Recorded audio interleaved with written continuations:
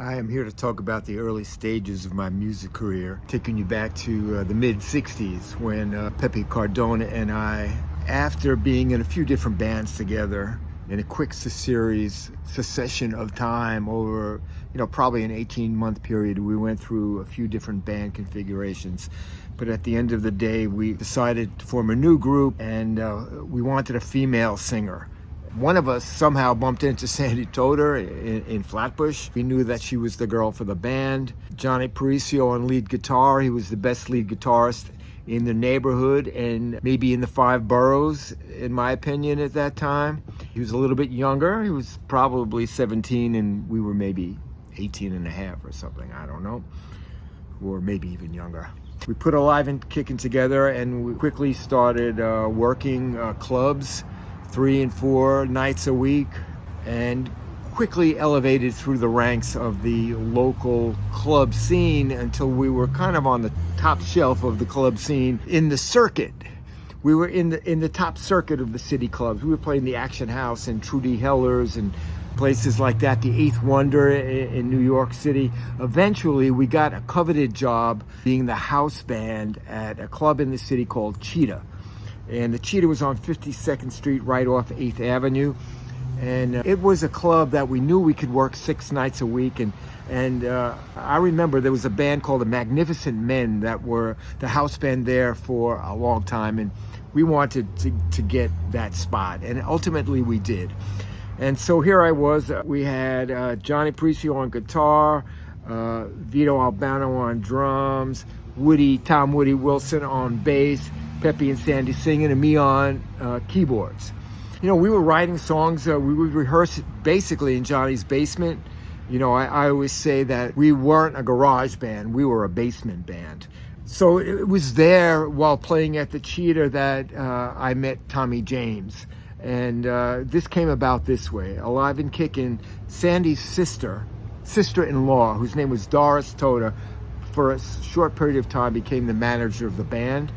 She was friends with Morris Levy's secretary. Morris Levy was the president of Roulette Records, and somehow through that connection, Tommy James, who lived around the corner on 8th Avenue between 52nd and 53rd, I believe, from the Cheetah, came by one night to see the band. Me being an aspiring songwriter, my big dream was always to be a songwriter, inspired by the great Brill Building songwriters. Tommy came in, he liked the band.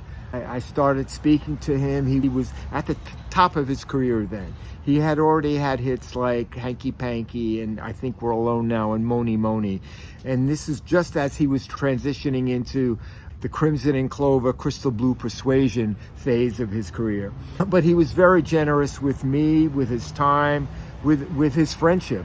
At the Cheetah, we would play 40 minutes on, 20 minutes off, and I would go around on breaks to his apartment and try to begin to write songs with him. A little bit naive and a little bit insecure, but he was very kind and generous with his time. And one of these times I went over with Tom Woody Wilson, the bass player in Alive N Kickin, and we got to co-write a song with Tommy called Bowl of Fire, which became one of his singles.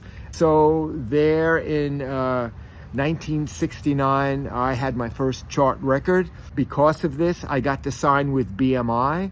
I've been a BMI songwriter since 1969. I got a $1,500 advance at the time, which was more money that I ever had in my pocket. And subsequently, Alive N Kickin got signed to Roulette Records, which was the same label that Tommy was on. We signed with Morris Levy, Roulette Records, basically with the guarantee that Tommy would produce our first record. At that time, we actually thought that Crystal Blue Persuasion was going to be our first single, and we worked it up, we rehearsed it, worked up Crystal Blue Persuasion, but then costume change.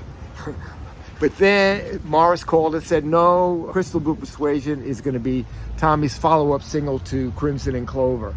And of course we were disappointed. This meant a little bit of a stall, but don't worry, he said, Tommy will come up with another song.